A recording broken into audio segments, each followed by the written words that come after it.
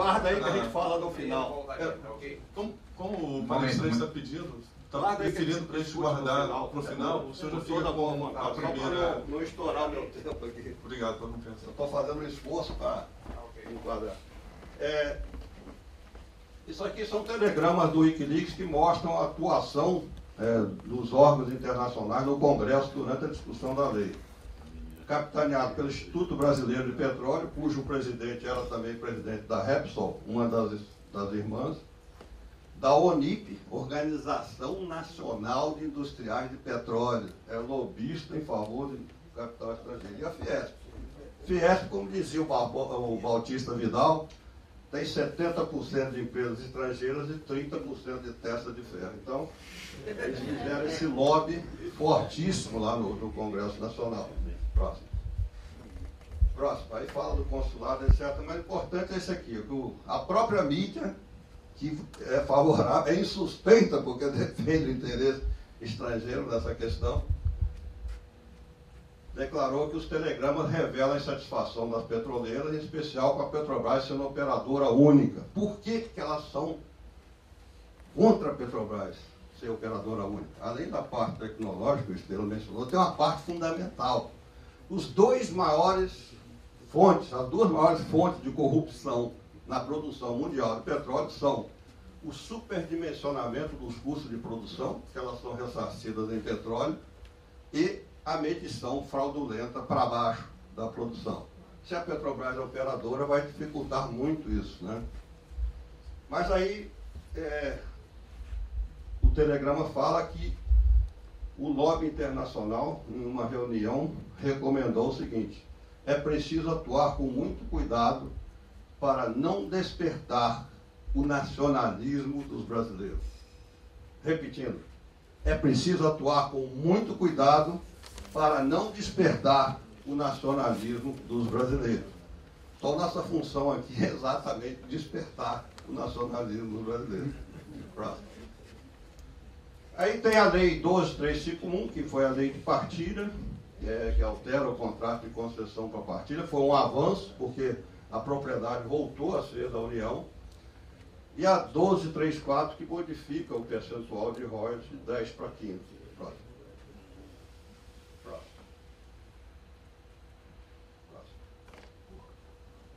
E aqui, esse gráfico é um pouco complicado de explicar, mas só para mostrar como o edital de Libra foi absolutamente favorável às empresas estrangeiras, a ponto de, meus amigos, igualar ou talvez piorar a concessão. Ou seja, a Dilma derrubou os avanços que o Lula conseguiu a duras penas. Eu assisti no Congresso como foi difícil chegar naqueles avanços. Isso aqui é o valor ofertado, foi 41% do óleo lucro. Depois, no final, eu vou detalhar um pouquinho. Mas só para dar a vocês uma ideia de como isso foi pernicioso, esse 41% que é o que vai ser pago aos produtores, que é o óleo lucro, você tira a produção em royalties, o óleo lucro é o que sobra. Como eu falei, no mundo, esse percentual é 80%. Aqui foi 41% com a seguinte agravante. Quando as condições forem excepcionais, ou seja, cada poço produzir 24 mil barris ou mais, acima de 24 mil barris, e o preço do petróleo no mercado internacional for acima de $160 por barril, o produtor acresce a esse valor 41,65 mais 3,91, ou seja, dá 45 e pouco para a União. Mas quando as condições forem ruins, e à medida que a produção vai acontecendo, os poços vão perdendo produção, portanto, na maioria do tempo, a produção vai cair.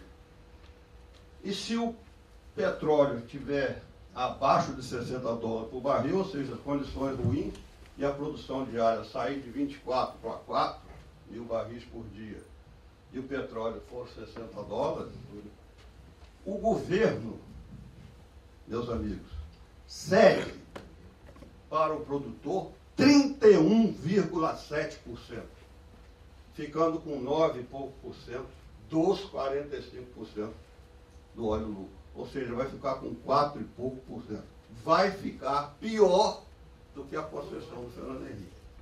Isso é extremamente lamentável, porque o Lula tinha conseguido esses avanços e a Dilma derrubou isso sob pressão da vinda do Joe Biden, da vinda do presidente americano, Barack Obama, da vinda do ministro da Energia e de um congresso que houve no Rio Centro em fevereiro de 2013, e isso gerou 3 leilões no único ano. Um foi a margem equatorial, que era a pouca província que a Petrobras não tinha explorado, e a Petrobras, por estrangulamento financeiro, participou ridiculamente com 20%. O outro foi o leilão de Libra, uma entrega de um campo já descoberto, risco zero, rentabilidade fantástica. E o shale gas. Os Estados Unidos quer produzir shale gas no mundo para tentar derrubar o preço do petróleo e sair do sufoco. E nós estamos... Aí a Petrobras participou com 80%, porque muito poucas empresas foram nessa loucura do shale gas. E a principal reserva do shale gas está embaixo do aquífero Guarani, a maior reserva de água doce do mundo. Então, companheiro, foi, em termos de petróleo, o governo Dilma um desastre total em 2013. Próximo. Aqui mostra mais ou menos que a participação do governo vai ficar em 22% contra 77%, mas isso aqui tem que detalhar mais. Próximo. Então, conforme falou o Eduardo Snowden, a cada 72 horas uma massa de dados da Petrobras é remetida para os Five Eyes. Já falei nisso. Próximo. Aí foi feita uma CPI que, se fosse detectado, comprovado a espionagem, o leilão de Libra seria suspenso.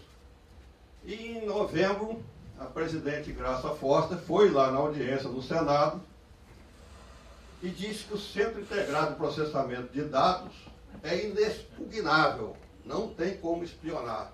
Nele trabalham 35 empresas, 14 americanas, 16 brasileiras e 5 de outras nacionalidades. E que esses dados são garantidos por um sistema de criptografia cujo desenvolvimento é feito por 3 empresas americanas. É brincadeira, né? Dizer que isso ainda é inexpugnável. Próximo. Aí, na semana seguinte, eu fui chamado, fui lá na CPI e mostrei que todos os poços e dados da Petrobras usam o software OpenWell da Halliburton. É o maior espião da indústria do petróleo mundial. Foi a mentora da guerra do Iraque e depois da guerra pegou obras de 300 bilhões lá no Iraque sem concorrência. Vendeu combustíveis superdimensionados, enfim. A Halliburton é aquela que, em seu container, sumiram 2 laptops da Petrobras com dados do campo de Libra. E importante dizer que a tecnologia da Petrobras, na perfuração, ela faz a perfilagem. Aliás, no pré-sal, ela não é a perfiladora, é a Schlumberger, não é isso? Então, ela não tinha acesso aos postos. Então, esses laptops sumiram no seu container, depois foi atribuído a 2 vigias lá, porque os geólogos da Petrobras, eles fazem a perfilagem, que tipo de rocha tem, mas a interpretação dessa perfilagem é que é a tecnologia Petrobras. E isso é feito por geólogos de 20, 30 anos de experiência. E por isso o laptop foi roubado. Tá? Mas, enfim. Próximo.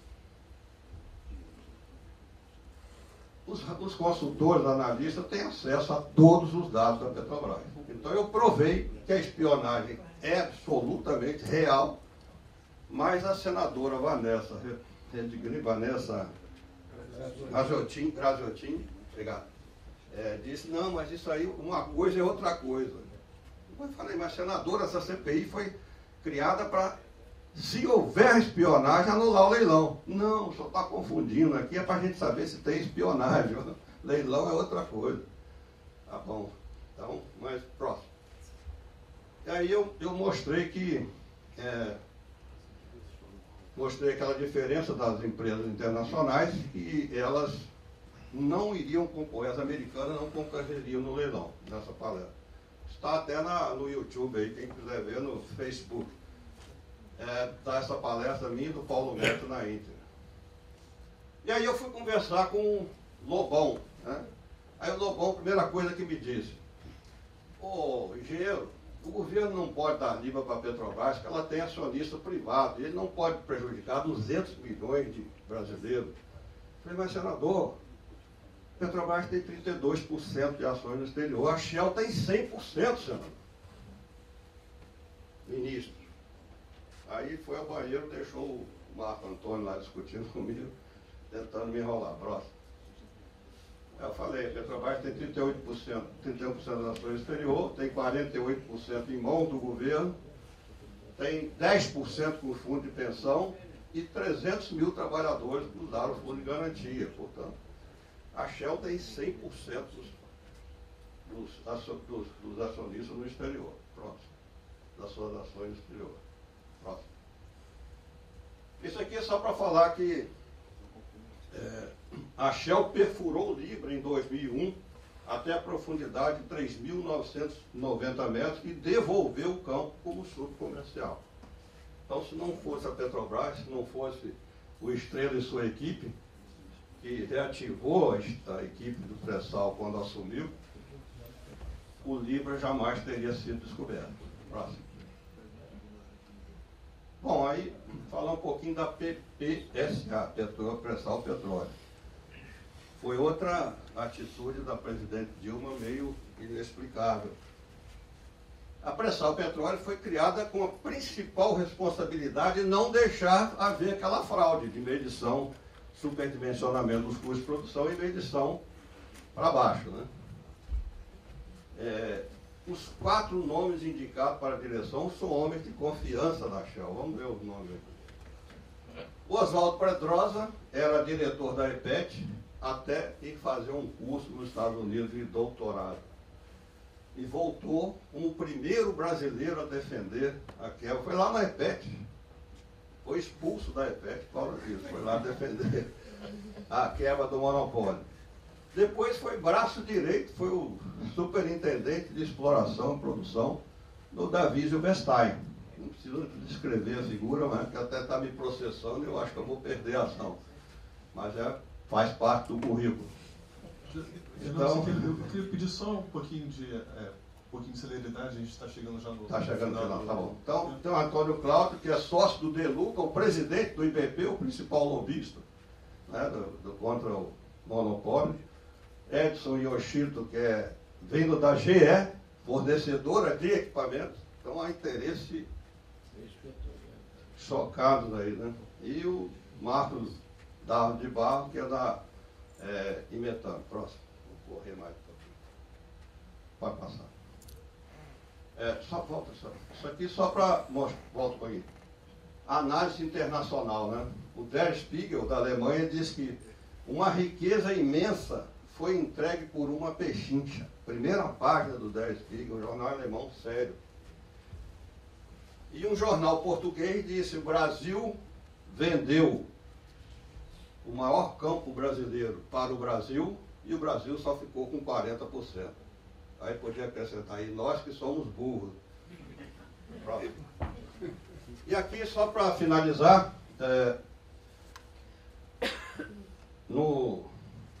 hoje a mídia bate aí, Passadena, etc., que é uma merreca em relação à Libra, né? Mas a Dilma falou que 85% de Libra ia ficar no Brasil.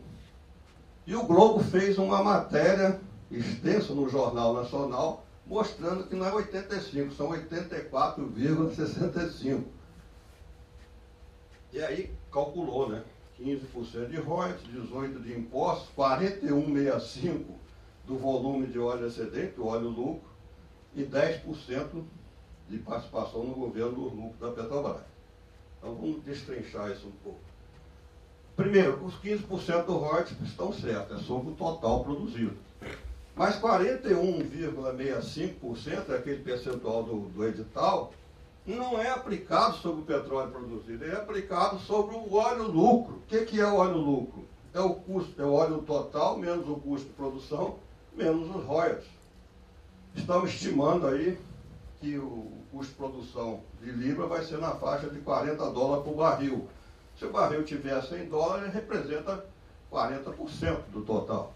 Então você tem 100% menos 40% menos o royalties, vai dar o óleo lucro 45%. E aí, sobre esse valor, é que se aplica esse percentual. Se aplica, portanto, 41,65 de 45 vai dar 18,74 e não 41,65. Próximo. Os 18% de imposto, eles incidem sobre o lucro do produtor. E o óleo lucro do produtor, tirando a parte da Petrobras, que a gente viu ali, que é 18,74, sobra 26,26. Então, 18% se aplica sobre 26,26. Vai dar 4,73 e não 18. E por último, 10% da participação no lucro da Petrobras. Se o lucro da produção for 10%, que é um valor normal mundialmente, a Petrobras terá 40% disso, porque ela faz parte, 40% do leilão. Então, se o lucro é 10%, ela vai ter 4%. E se o governo tem 48% das ações, no final o governo vai ter 1,92%. O último aí.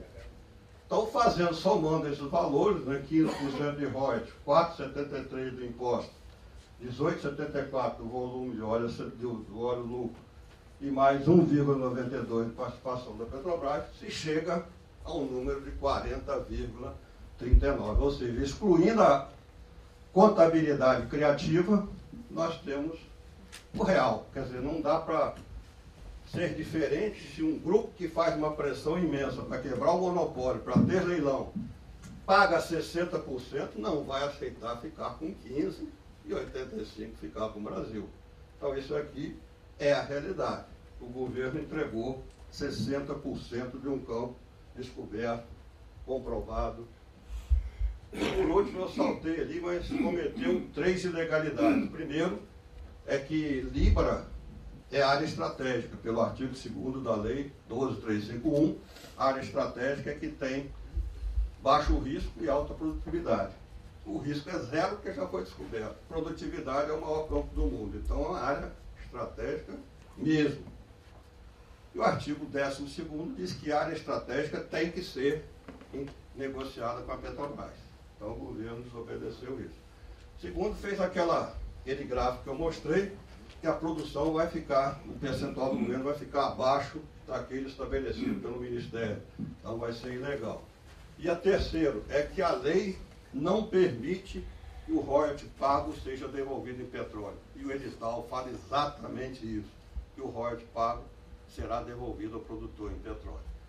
Então, meus amigos, desculpa aí, estourei um pouquinho o tempo, mas depois a gente debate aí à vontade. Muito obrigado, foi um prazer estar aqui.